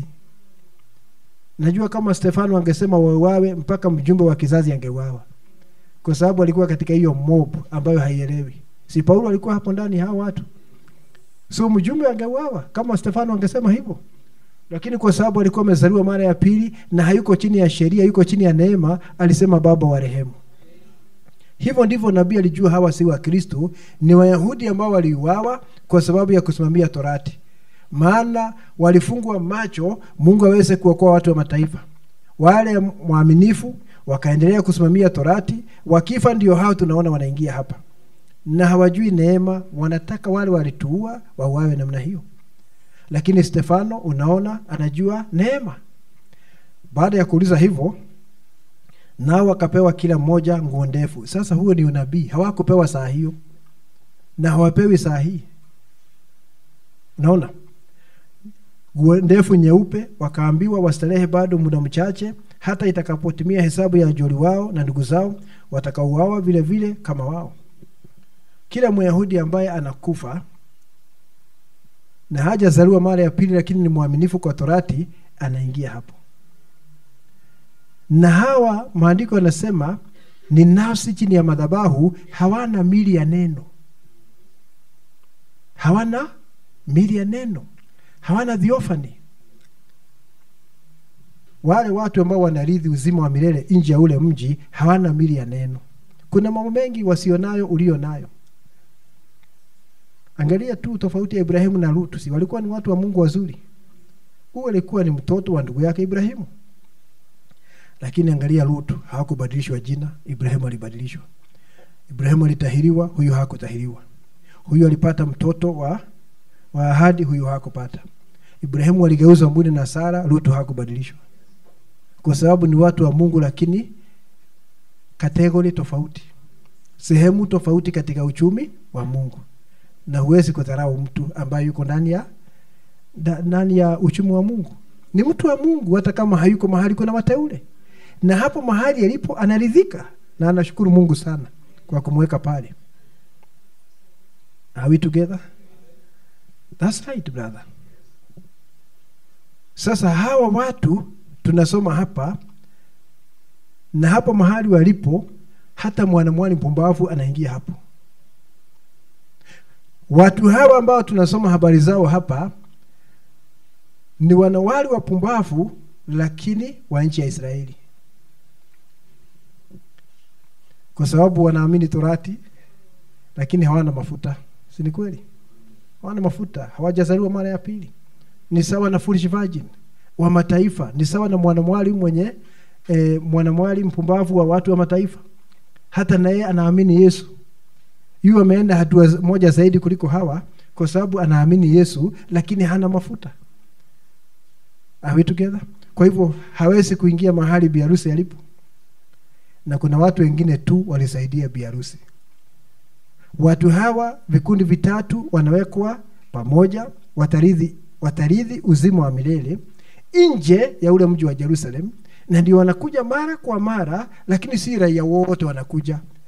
Ni viongozi wao, nabii anasema wanakuja kama ujumbe, delegation, wanakuja kuleta heshima zao hapa za watu wao, na wanachuna jani kutoka mti wa uzima na wanarudi kwao. Najua hiyo ni lugha ya prophetic. Kuna kitu wanachuna wapelekea watu wa, ili watu hao wajue we have been from the king, tumetoka kwa mfalme mwenye. You get the point? Na hapo wanakuja kuchuna ni mahali tulipo. So ni sisi na Kristo tunawapatia favor, kama unaweza kuamini jambo hilo. Hebu tusome ujumbe hapa kwa haraka ili tuweze kumaliza. Nataka tusome ujumbe hapa katika mihuri 7 kwa haraka kidogo. Tusome nukuu hapa ili tuweze kuelekea tukifunga kwa sababu ya wakati.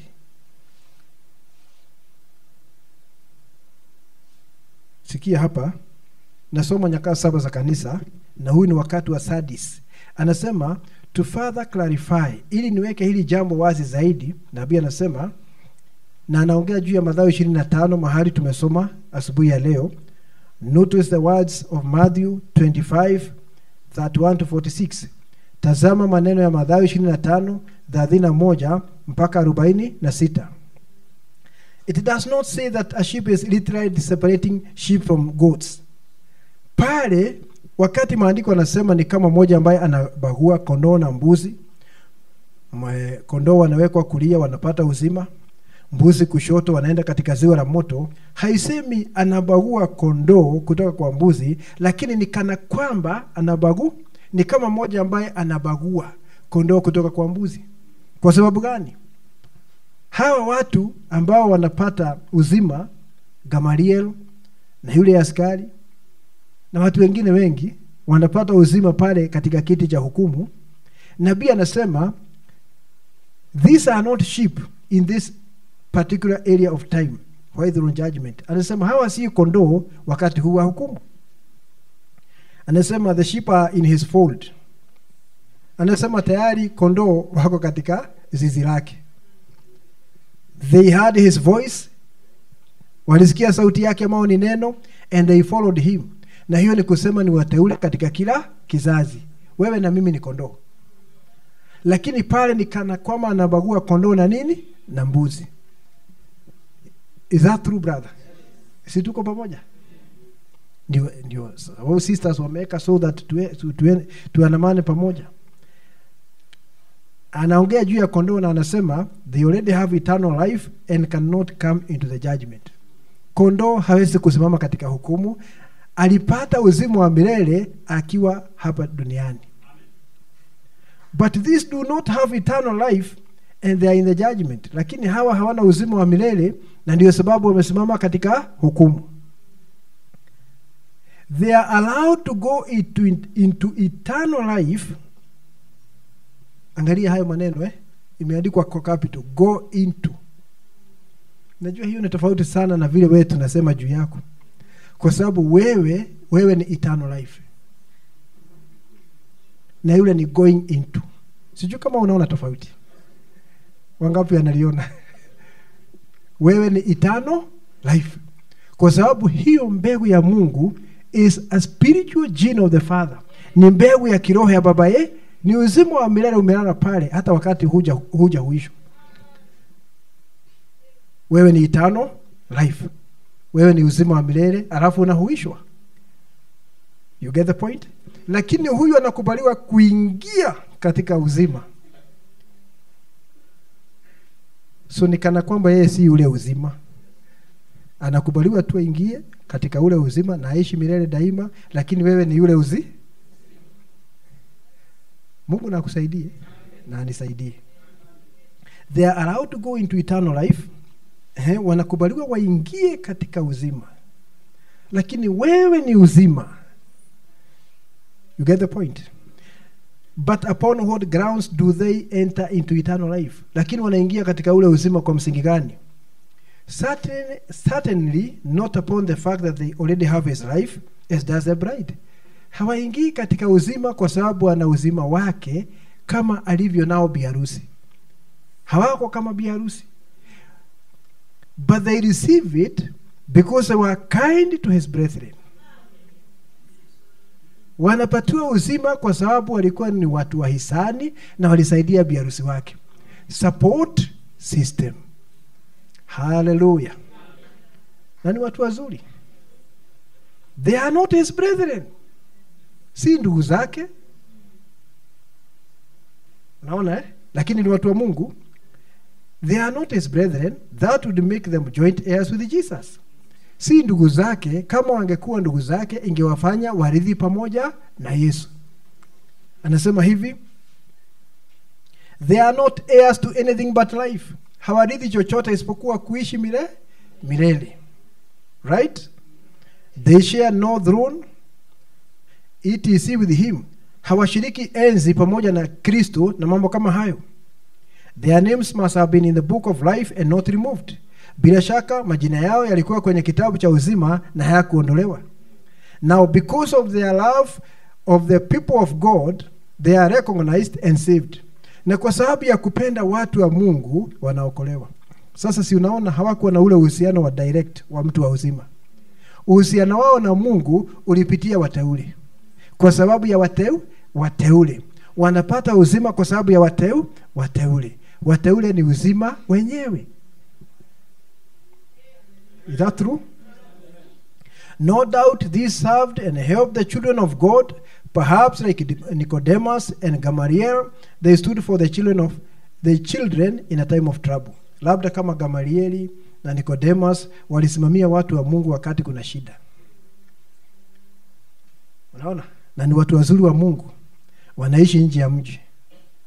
Lakini mara kwa mara viongozi wao wanakuja pale, wanapata jani la mtu wa uzima, wanarudi pale. Anasema ni kuponya mataifa. Si kwamba wana maradhi kule, hakuna maradhi tena. Lakini ni kukumbushana ya kwamba amani inaendelea milele daima. Kwa sababu wakati yule njiwa alimletea Nuhu nini? Jani. Kusema hasira ya Mungu sasa imefanya nini? Imeisha. Wanadhambi wanaondolewa, hasira imeisha. Sasa amani imerejea. Na hawa wakichuna jani kutoka mtu wa uzima, wanaenda kule kukumbushana kuna amani ya umilele, eternal peace. You get the point? Sasa kusudi la Mungu kufungua hiki kitabu kwetu ni uweze kuona mahali pako. Uweze kuona mahali pako. Na Mungu atusaidie sana.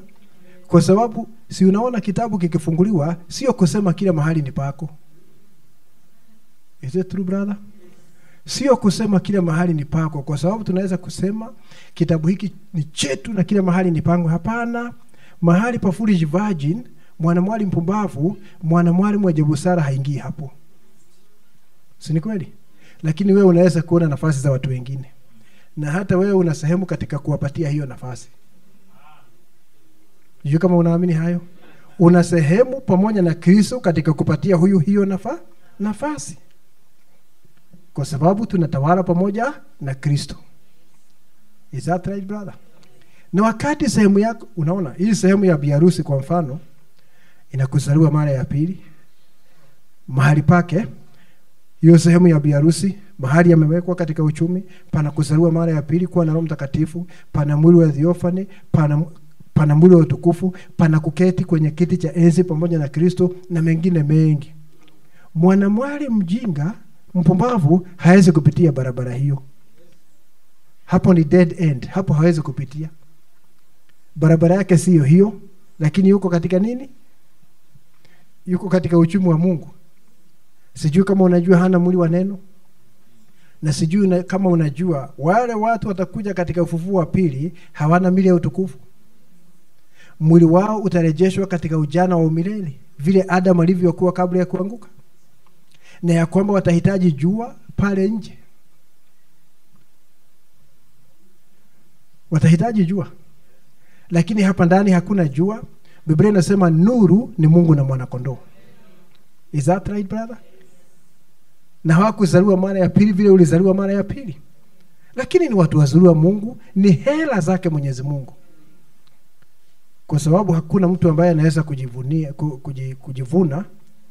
Kila mtu mahali alijipata ni Mungu alimweka pale. Kiwa wewe ni sehemu ya biharusi ndugu, hukujiweka pale. Ule ulijipata pale. Furahia sehemu yako. Mwingine kama anajipata mahali pengine hangejisaidia. Na hata hivyo Mungu hajakuwa mkatili kwa yule amewekwa mahali panapomfaa. Anakuwa satisfied. Anaridhika akiwa katika hiyo nafasi. Sasa wewe Mungu akifunua njia yako, unakuwa na matarajio, unakuwa na imani na unakuwa na juhudi zaidi kwa sababu amefungua njia yako.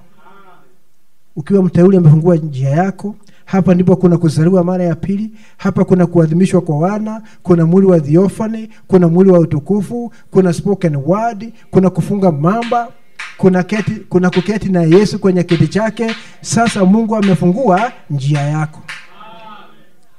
Na hapa unafuata. Na ndio sababu tunafuata muhuri wa 7 kwa dhati. Kwa sababu njia yetu iko hapo ndani. Tunafuata muhuri wa 7 kwa dhati. Na nabii akasema hizi ngurumo 7 zitakuonesha namna ya kujiandaa kwa sababu ya neema ya kunyakuliwa. Na wakati unafuata njia hiyo na unaanza kuimarika, unakuwa mtumishi wa Mungu anayefaa katika majira haya. Kwa sababu umeona mahali Mungu amekuweka. Na hiyo ndio njia unatembea. Unapitia matone ya damu. Unaimarika ukiwa hapo, uweze kuwa mtumishi anayefaa wa Bwana wetu Yesu Kristo. Kusudi la Mungu kufunua neno, brother sister, ni uweze kuwekwa katika nafasi yako. Na hiyo ndio revival ya biharusi. Najua Pentecoste nadhani revival ni aende akarukaruke kule kwa viwanja na sarakasi, wanasema hiyo ndio revival. Revival ndugu ni uweze kujua nafasi yako, mwana wa Mungu, binti yake Mungu, uchukue nafasi yako na uishi yale maisha. Na uishi kulingana na haki ambazo Mungu amekukirimia. Hiyo ndio revival ya biharusi. Are we together, brother? Sijui kama tunachukua hatua, tunaenda mbele. Lazima tupate hatua tuende mbele zaidi. Kwa sababu ni nchi yetu ya ahadi inafunguliwa. Hii ni nchi yetu. This is our property. Hii ni zaidi ya kupigania nchi ya Kenya na demokrasia. Hiyo haitakusaidia mwishowe. Urithi halisi ule tunafaa kupigania ni huu ndugu. Na ndio sababu maandiko yanasema tupiganie imani iliyokabidhiwa watakatifu mara moja ya kutosha. Hiyo ndio tunashindania. Tunashindania hiyo imani. Na kila mmoja aingie katika nafasi yake. Mahali Mungu alikuweka kabla ya misingi ya ulimwengu. Na hivi sasa anakuja ili akufunulie. Na huo ndio upendo wa Mungu kwako. Si utajiri, usidanganywe na utajiri. Upendo wa Mungu kwako ni wakati anafungua urithi huu kwako, brother. Unaweza kuona mahali ulitoka. Uko wako ni nani? Wewe ni nani? Katika uchumi wa Mungu. Huo ndio upendo wa Mungu kwetu sisi. Wakati anajifunua namna hiyo kwako, brother sister, uweze kumuelewa. Na ili tuweze kuwa na imani ya kutonyakua. Tunataka kwenda ng'ambo ile ya pazia. Sio Marekani. Sio green card. Tunataka kwenda ng'ambo ile ya pazia katika unyakuo wa biharusi wa Yesu Kristo. Na ile tikiti unahitaji ya kwenda kule ni uzima wa mwanakondoo. Haleluya. Unahitaji uzima wa mwanakondoo kwenda ng'ambo ile nyingine, mahali ambapo tumealikwa tayari. Mungu na atusaidie sana. Wakati ufunuo unakuja ni wa kukuweka katika nafasi yako. Na ukiona hii ndio nafasi yako, unakuwa na juhudi na unakuwa na matarajio ukiwa katika hicho kinjia ambacho Mungu amefungua. Na hicho hakufungulia kila mtu, alifungulia wahusika peke yao. Hiyo sababu kuna watu wanaweza kuwa katika ujumbe lakini haoni jambo hilo. Sio kupenda kwa mtu, ni vile Mungu alipanga kabla ya misingi ya ulimwengu. That's true. Na atusaidie sana. Na tuzidi katika ufunuo na Kristo aonekane ndani yetu. Mwishowe iwe ni kama mlima wa kugeuzwa, mahali ambapo Petro alikuwa anataka kuleta Musa na Elia na aseme tujenge vibanda vitatu hapa cha Yesu na Musa na Elia. Musa na Elia wakaondolewa wakati bado wanaongea, kuonesha ni mmoja anatakikana kuwa na preeminences, Yesu Kristo. Na nabii anasema ukifika hatua ya mlima wa kugeuzwa, hakuna mwingine ataonekana ndani yako, ni Kristo peke yake. Hiyo ni kusema umefika kilele cha mlima wa kugeuzwa. Na hivyo ndivyo tunataka siku ya leo. Na utukufu wote wa Mungu umefichwa katika neno hili. Linahitaji kuhuishwa ndani ya maisha yetu. Utukufu wa Mungu uweze kuonekana ndani yetu. Neno likihuishwa, utukufu wa Mungu unaonekana ndani yetu. Is that right, brother? That's true. Wacheni tuombe, tufike hapo kwa sababu ya wakati. Tutakuja kuendelea panapo majaliwa. Haleluya. Asante Baba wa mbinguni, kwa jina la Bwana wetu Yesu Kristo, kwa sababu Bwana ya ushuhuda wako, vile ambavyo umeongea kujihusu wewe mwenyewe katika neno na kuhusu sisi Bwana katika neno lako. Tunasema hayo yote ni kweli, na Mungu wetu ni furaha yetu kujua kwamba sisi ni sehemu ya mpango wako. Tunalitukuza jina lako, tunasema unastahili. Ninaomba msaada wako kwa ajili ya kila ndugu na kila dada. Utusaidie Bwana kufanyika udhihirisho wa Bwana Yesu Kristo katika kizazi hiki. Kila mmoja Bwana umtembelee, umuhuishe Bwana, mjaze kwa Roho wako Mtakatifu. Fanya ahadi zako kuwa hai katika maisha ya kila muaminio kwa jina la Yesu Kristo. Chochote ambacho ni kinyume na ujumbe huu na ufunuo huu king'oe kutoka kwa maisha yetu, na Mungu wetu tuvike haki yako, tujaze na utu wako Bwana, tujaze na ufunuo wa neno, tujaze na divai na mafuta kwa jina la Yesu Kristo. Ninaomba ya kwamba uponye mioyo yetu, uponye mawazo yetu Baba, ili tuweze kuwa na waaminio timamu wakati ambapo tunaona dunia imeingia katika uenda wazimu. Tusaidie kuwa timamu katika majira haya. Asante Mwenyezi Mungu. Wale wako na shida mbalimbali, ninaomba uweze kuguza kila mmoja na kuondoa shida zake kwa jina la Yesu Kristo. Wagonjwa uweze kuwaponya. Wale wanateseka Bwana katika fikra, uweze kuponya fikra zao kwa jina la Yesu Kristo. Chochote ambacho tunahitaji Baba, uweze kutukirimia. Asante Mwenyezi Mungu, pokea sifa na shukurani. Tunainua jina lako, tuasema unastahili. Tunaomba kwa imani kwa jina la Bwana wetu Yesu Kristo. Amen.